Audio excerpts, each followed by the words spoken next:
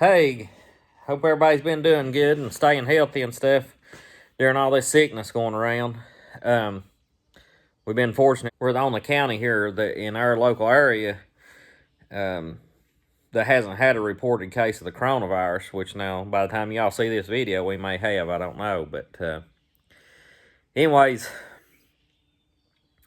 I wanted to talk to y'all a little bit about rotary tillers, and I'll put up some. I'm gonna show some videos.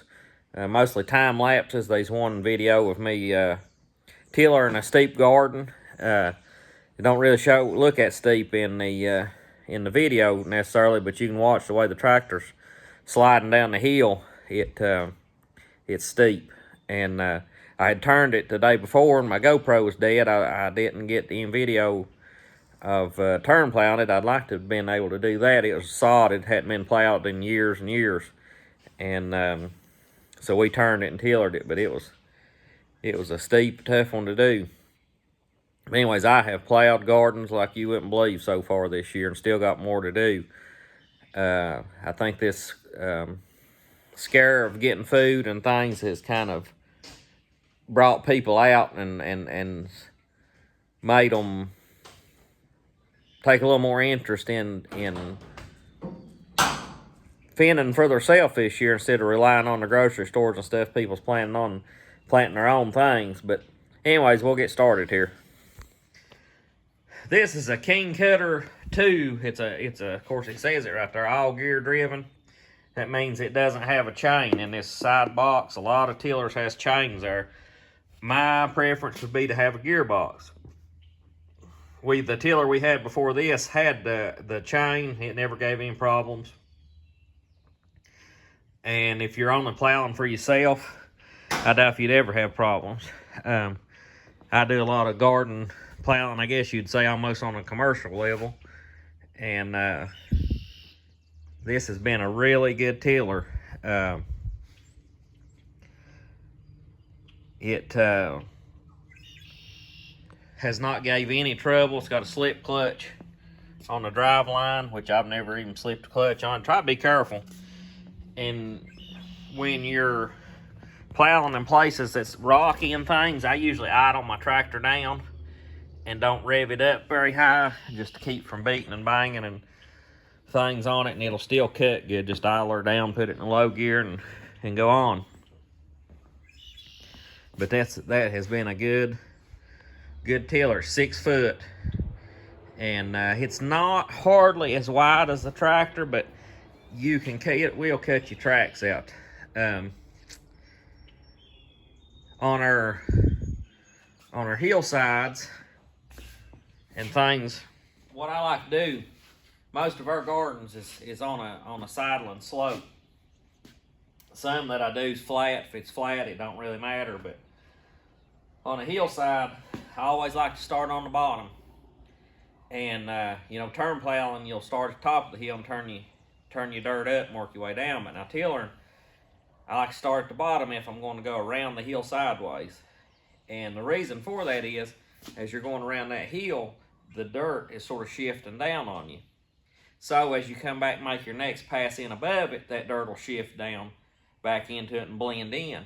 If you start at the top and work your way to the bottom tillering, as you're tillering, every pass you make, you're leaving a rut, a groove in between each pass, and it just makes it look bad, and it leaves a big gap there that's kind of bare dirt. So I like to start at the bottom. That way, as I come around and I turn and come back, that dirt will shift in, keep blended in, and it just makes it look good. You can kind of tell some of the pictures that I put on there, how everything's blended in, and it's not any grooves or big channels or nothing left in the garden.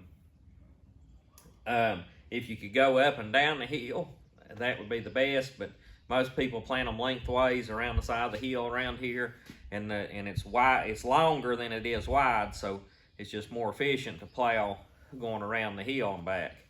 And in the steep place I was talking about, I couldn't go up and down the hill on it because it was a pretty good drop off below, and I was afraid if I started sliding, I couldn't get stopped and turned out of it. So I went around the hill on it. And I couldn't turn above it either. There was some old brush and stuff there that wouldn't allow me to do that. But anyways, I try to do 2 passes on everybody's garden. Occasionally, if it's something that's been sodded or that had sod on it and hasn't been plowed in a while, a lot of times I'll go over it 3 times. The garden I was talking about there that was steep, I'd like to went over it one more time because it had been in sod for years and it didn't chew up real good. But after the ground got soft where I'd been tilling it, I just couldn't stay on the hill, so I didn't try it anymore. It was just working down the hill and scooting and stuff, making a mess. So I just went ahead with two passes, and it wasn't too bad, but overall it did good. And something else I like to do, which you don't have to do this when you're plowing, but I like to make 3 passes. I'll go out, back out again, and then I'll turn and come back into where I made my first pass, and that'll be I'll tiller it out, which would be my final pass on the garden. Then I'll come and step up and go back into solid ground above and just kind of keep doing a circle like that and work your way back out to the end, and then you'll have finished your 2 passes off. Or you can plow the whole garden and then come back and plow through it again. But you can kind of see in my video of some of those what I'm doing. And that way you don't have to, like if you're plowing right through here, you don't have to turn and come right back down beside it the whole time you're in the garden. You can plow through, you can skip a row in the middle and start back on the other side. It just makes it easier for you to turn and everything, but that's just personal preference. But it's a time saver, right? If you try it, I guarantee you'll notice the difference, because it really helps.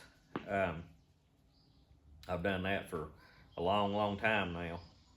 But anyways, I'll let y'all go, and I'll throw these videos and pictures and stuff in after this little clip. And if you will, just please like, subscribe, and leave comments. Thanks for watching, and if you have any questions, just leave them there in the comments for me. But y'all have a good one.